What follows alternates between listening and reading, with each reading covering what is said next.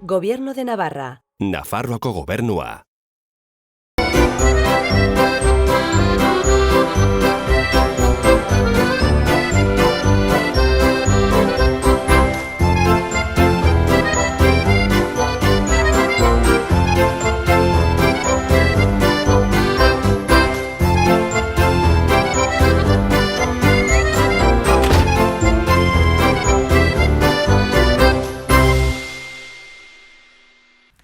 Arratsaldeon eta ongi etorri deneri Euskal City saiora. Gaurkoan ere bi gonbidatu izango ditugu, bata Mendillorritik etorria eta bestea Arizkundik. Haien herri eta auzoei buruz solasean arituko dira eta hainbat gairi buruz ere. Nor diren jakin nahi alduzue? Geratu gurekin. Ni Eider Bidegain naiz, Arizkunen bizi naiz, 21 urte ditut eta orain ikasiko dut educación ambiental, hemen Iruñan eta... Nire izena Ibai Soliz da, 20 urte ditut, Mendillorrin bizi naiz eta orain mekaniko gisa ari naiz lanean. Ni Eider naiz, Arizkungoa, baztaneko herri txiki batekoa, 21 urte ditut eta orain Iruñan ikasten dut. Ni Ibai naiz, Mendillorrin bizi naiz, 20 urte ditut eta ja lanean nago mekaniko gisa. Ni euskaldun zarra, nire ama hizkuntza euskara da, eta nire inguruko gehienekin. Zuka eta baztandar euskaldun. Bai. Euskaraz txikitatik dakit egiten eta nire egunerokoan batzutan nire ama euskaldun berria dela arekin egiten dut euskaraz eta kuadriakoin saiatzen naiz euskaraz egiten ere bai. Ez, ni bakarrik batua dakit eta euskalkiak gustoko ditut asko eta entzutea oso gustoko dut, baina hitz egitea oraindik ez dakit. Bai, noski. Nik uste dut euskaldun asko garela, gehienak gainera eta pixka bat bakoitza bere partetik jartzea, nik uste dut arazorik gabe euskaraz arituko ginetekela. Arratsaldeon bikote, Arratsaldeon. zer modu zaudete? Ondo. Ongi, pozten naiz. Mendillorritik eta Arizkundik etorri zaizkigu gaur gure bikotea. Ikusiko dugu, hasiko gara pixka bat zuen herri eta auzoetaz solasean, eta horretarako hemen utziko dizkizuet mahai gainean, hainbat gai lagunduko zaituztetenak edo, bai? Bale.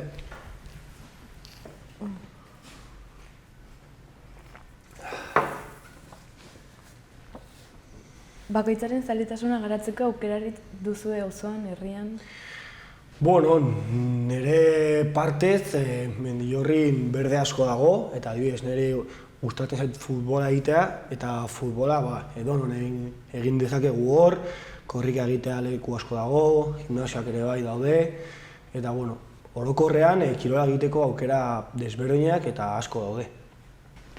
Ni Arizkunen bizi naiz, Bozate auzoan, eta ere han nahiko berde dago mendia eta hola, baina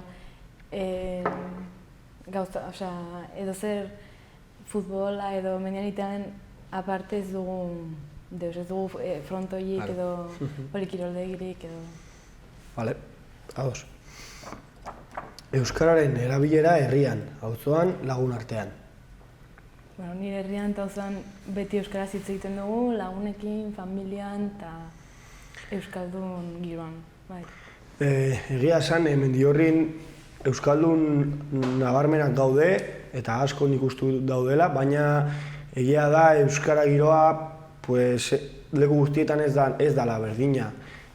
Kuadrilletan, daude kuadrilla batzuk gehiago egiten dutena beste batzuk baina orokorrean nik uste dut gehiago egin ahalko genukela. Herritaren arteko harremanak, giroa, lagunak... Ni gaztean naizenetik oso girona egon da Mendillorrin. Auzo bat oso konpenetatua izan da. Gainera adin guztietako jendea oso ondo eramaten da haien artean eta kriston giro polita dago nire auzoan. Herrian, nire harreman gehiago beharko zela, gazta eta juntatzen garela eta hola, baina nire ustez beharko zela indar gehiago eta gauza gehiago egin denok batera edo. Galdera librea.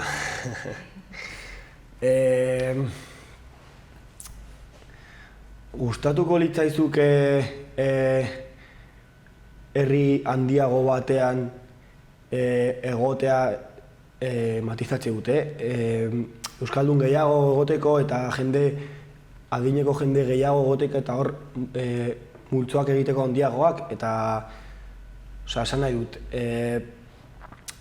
Zuk ateatzen zarenean kalea, egoteko bost horrekin, igual 15 elkartzea eta hor egotea. Bai, eske azkenan gutxi garen ez, beti elkartzen gara berdinak eta bai, gustatuko litzaidake. Vale.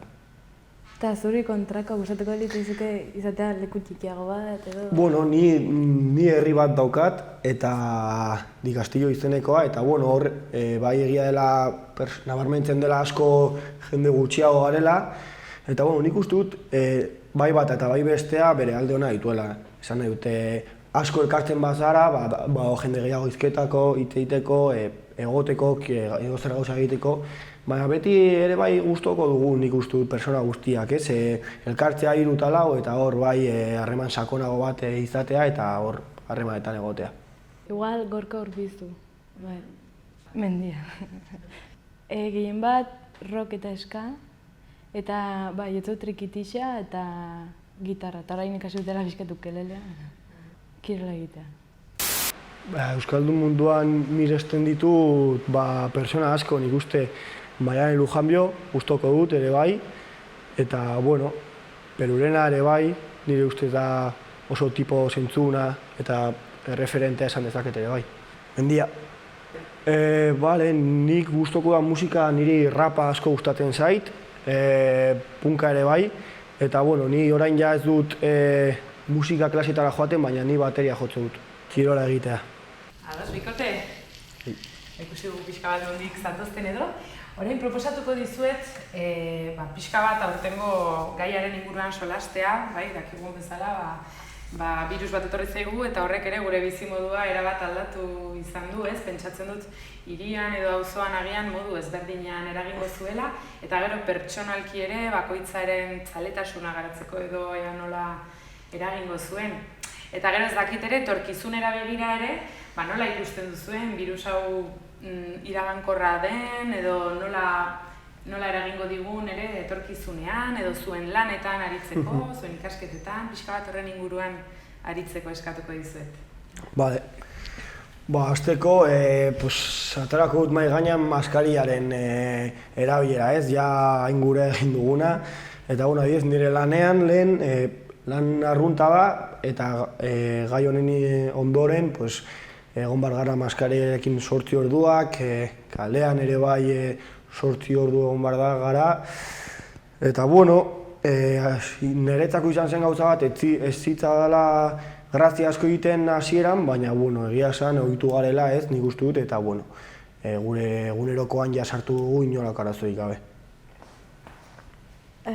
Nik aipatzeko, adibidez, lan guztiak maskariakin egiteko uste dut dela diferente lan bakoitza eta adibidez, pertsonekin egin barbali mauzu lana, trator bilagoa da ez baduzu maskarilla eta baina... Bakarrik bat zaude zuen lanean, ohikoa da ez erabiltzea, baina, Eta, gero, konfinamentuaren inguruan, nik uste dut orokorrean gazteak oso ongi eraman dugula, ez? Nik uste dut, eraman dugula ez, bete dugula. Bete behartzen eta nik uste dut, adibidez, nire inguruko jende guztiak oro har bete du eta ondo egon da. Eta, nik uste egia esan niri zaila egin zitzaidan esan zidatenean, ez? Bi hilabete egon behar ginela etxean sartuta atera gabe, baina, gero ohitzen zara eta egunak pasa, ja 2 hilabete pasa genuen. Izango da diferentea, nik adibidez etxe batean edo hemen hiri batean bizi bat zara eta nire ustez guk han izan dugula askatasun gehiago edo... Bai, eta gehienez hemen oro har herrietan etxeak handiagoak dira, jardinak dituzte eta hala, eta nik uste ere bai horra arrazoia duzula, ez da berdina egotea pisu batean 5 pertsona edo etxe handi batean 5 pertsona.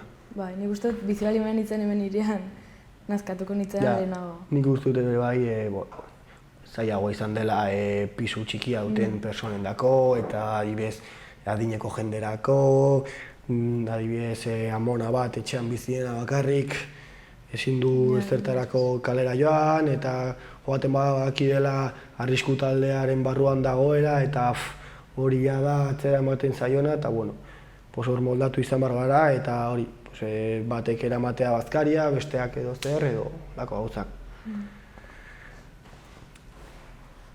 Nola uste duzu izango dela hemendik etorkizunera? Hemendik aurrera egia esan ez dakit nondik joango diren tiroak, osea, igual 3 o 4 aste barru egon bar gara berriro etxean eta egoten gara hau ikusten etxean. Edo, igual, ez dakit, Rusiarrak edo txinoak ateratzen dituzte bakuna eta gauza hobera doa. Baina egia esan, lortu genuen konfinamenduarekin eta hola kasuak jeistea, baina orain egoerari dagokionez ez doa ongi gauza eta badirudi txarrerago joango delako. Zu uste duzu hemendik 2 hilabetera nola gongo garen? Ez dakit. Pentsatu dere, lehen bezala ezin, lehenagoko konfinamendura ezingo garela bueltatu ekonomiagatik eta hola. Bai, alde horretatik igual bai egingo aldutena eta egingo dutena da bideo zein daiteke, ordenagailu zein daiteke lan guztia, etxera bidali eta gero lan egiten dugunok presenzialmente, ezin dugunak etxetik egin lana, hori bai utziko dietela lanea joaten, baina kalera ateratzea nik uste dut zaila izango dela. Eta zuri afektatu batzu nahiko, egoera honek? Hombre, nik uste dut gu 21 eta 20 urterekin garela hau dela adin oso on batean eta justo hau tokatzea gure adinean, ez jodido. Eta orduan, nik uste dut, adibidez niri urte hau oso azkar pasa zait. Duela 2 egun geunden hor eta ekaina abuztua pasatu da. Eta berriro irailera, klaseak berriro joatera edo ez dakigu nola egingo diren gauzak, baina bueno, bai, argi dago afektatu didala eta nik uste dut mundu guztiari. Zerbait aldatu zaigu bizitzan eta ikasi dugu eta egoera oso handia izan da, nire ustez bizitza personal guztietan marka bat egin duela. Zure ustez? Bai, nire, nik egiten lana aurrak zaintzen eta ikasten eta utzi barrez dena, lana eta ikastea horrena gaiuz eta horrek ere eragin du eta guda arraroa. Claro, guda arraroa eta baina nik uste dut alde ona begiratzea arrenez, orain baloratuko dugula askoz gehiago kalera joatea hor larre batean etzan dagotea arratsaldeko 5etan, lehen baino ez, nik uste ikasi dugula etxean egotea ez zaiola inori gustatzen eta alde ona esatagatik. Festak ez daude, baina nik uste dut orain auzo bizitza gehiago egiten dugula, ez? Lehen joaten ginen edonora festetara, eta orain movida honen guztiarengatik guretzat nik uste dut erosoena dela auzoan elkartzea, auzokideekin egotea eta hor egia da mobilidadea murriztu dugula asko eta auzoan bizitza askoz gehiago egiten dugula. Ni bai bota zeituela falta kontzertuak eta... Bai, hombre, edo hori gustatuko litzaioke orain hor 1000 personako kontzertu on bat, edo arratsalde guztia hor kontzertuetan egotea txornetan, baina badakigu tokatu zaigula guri bizitzea, gu igual ez gara kaltetuenak, baina 20 urterekin zaila da, hori kentzea, eta hau da hori kentzea. Baina, nik uste erantzun on bat izan duguna eta gehien batean ondo eraman dugula, ez? Eta ondo eramango dugula. Bai, gustatu zait, ez dut honetz bidaiatu, baina azkenekoa Mallorcara. Bai, nire urrutirako azken bidaia Londresen egon nintzen, nire familiarekin, eta bai, asko gustatzen zait bidaiatzea. Bueno, ez dizkiozu alde ilunak bakarrik ikusten gauzari, ez? Ez. Bueno, gauza batzuk faltan botatzea bai alere, ez? Baina, bueno, dena ere ezin da, eta, bueno, ongi moldatu zaretela dirudi, ez, konfinamenduan. Bai.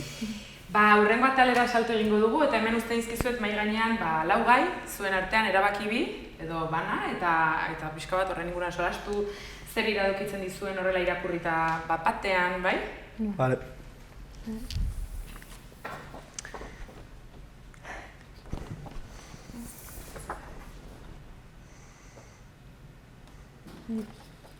Sare sozialak eta harreman pertsonalak eta okupazioa.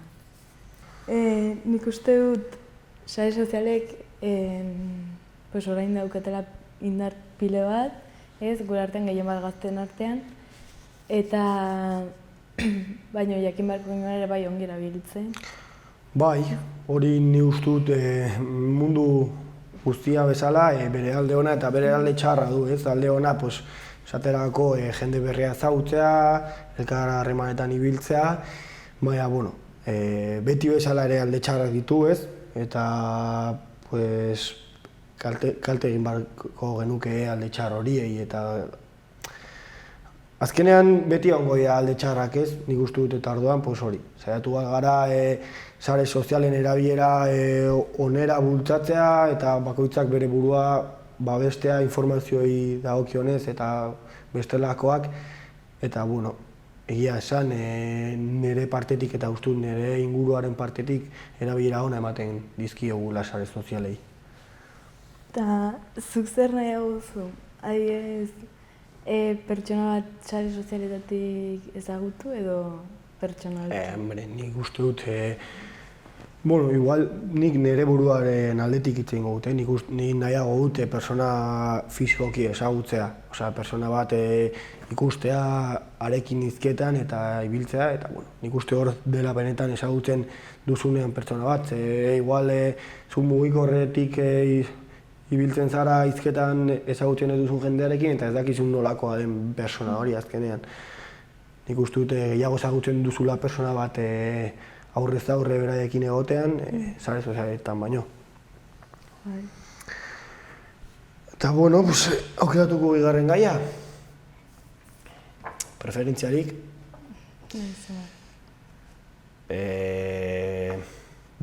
Arrazakeria. Arrazakeria, zer esan arrazakeriari buruz, duela asko zegoen hemen, nik uste dut jarraitzen duela gure bizitzan egoten, esaterako kasu ospetsu, azkeneko kasu ospetsuenetariko bat, Estatu Batuetan emandako hilketa, eta nik uste dut horrelako gauzak direla impensableak onartzea horrelako gauzak, ez? Nik uste dut 2020 urtean horrela gauzak ezin dira funtzionatu. Eta ez dakit nondik, ez dakit goitik, ez dakit behitik, zerbait egin beharko lukete hemen botere hautenak horrela jarraitzeko. Zure inguruan ikusten duzu arrazakeriarik? Nik uste dut, gaudela hemen zonalde batean, nik ez duala bizi arrazakeria. Nik ez diot inori ikusi beste bat iraintzen arraza kontuaz edo beste bat diskriminatzen baltzaelako edo lako gauzak, ez? Nik uste dute nire inguruan eta uste dute Iruñerriko auzo guztietan alde horretatik oso ondo eramaten dugula, ez? Eta hemen batez ere ez direla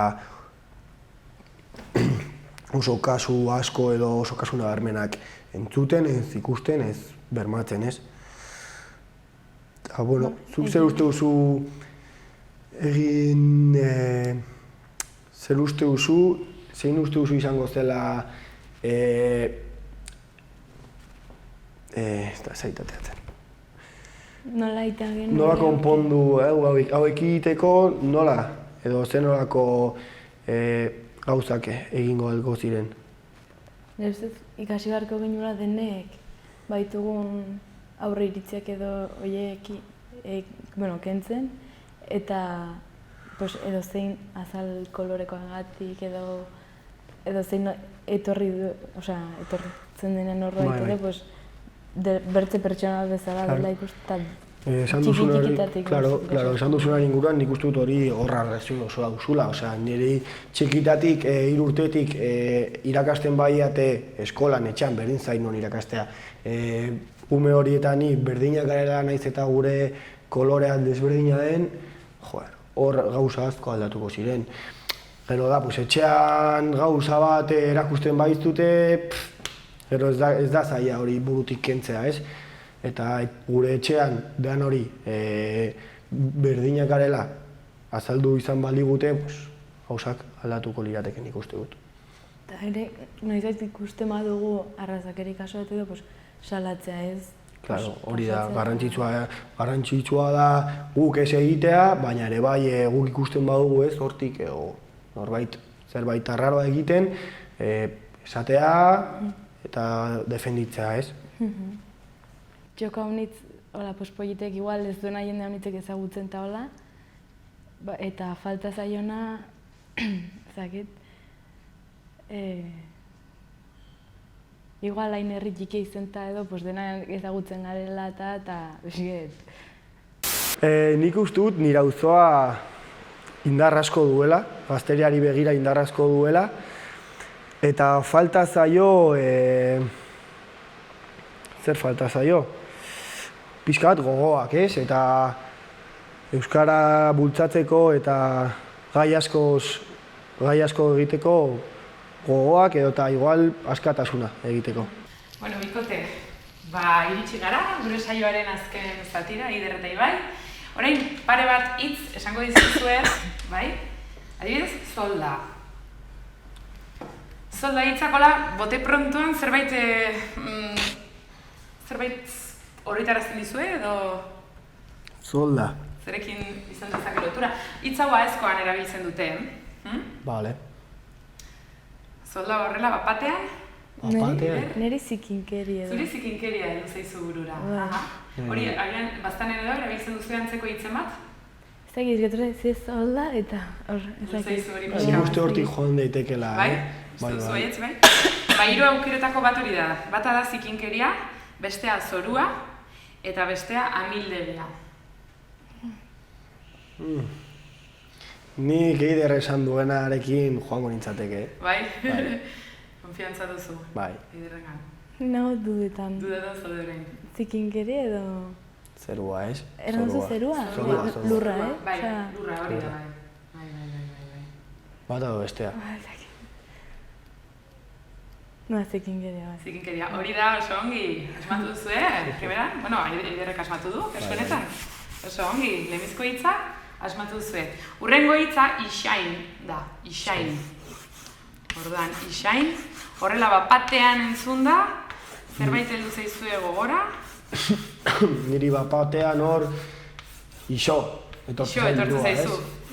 Isiltzeko, bai. Agindu antzeko zerbait, isain. Zan daiteke, ezakit. Isain hitza sakanan erabiltzen dute, erabiltzen zuten, ez dakit osongi. Beraz, 3 aukera daude, batetik iraina, bestetik izan, aditza, eta bestetik piztu. Lehenengoa zein errandu? Iraina, itxusea iraina edo, bai? Izango zen lehenengoa, bigarrena izan eta 3. Piztu. Nik piztu errandu. Zuk piztu errango zenuke. Pues piztu.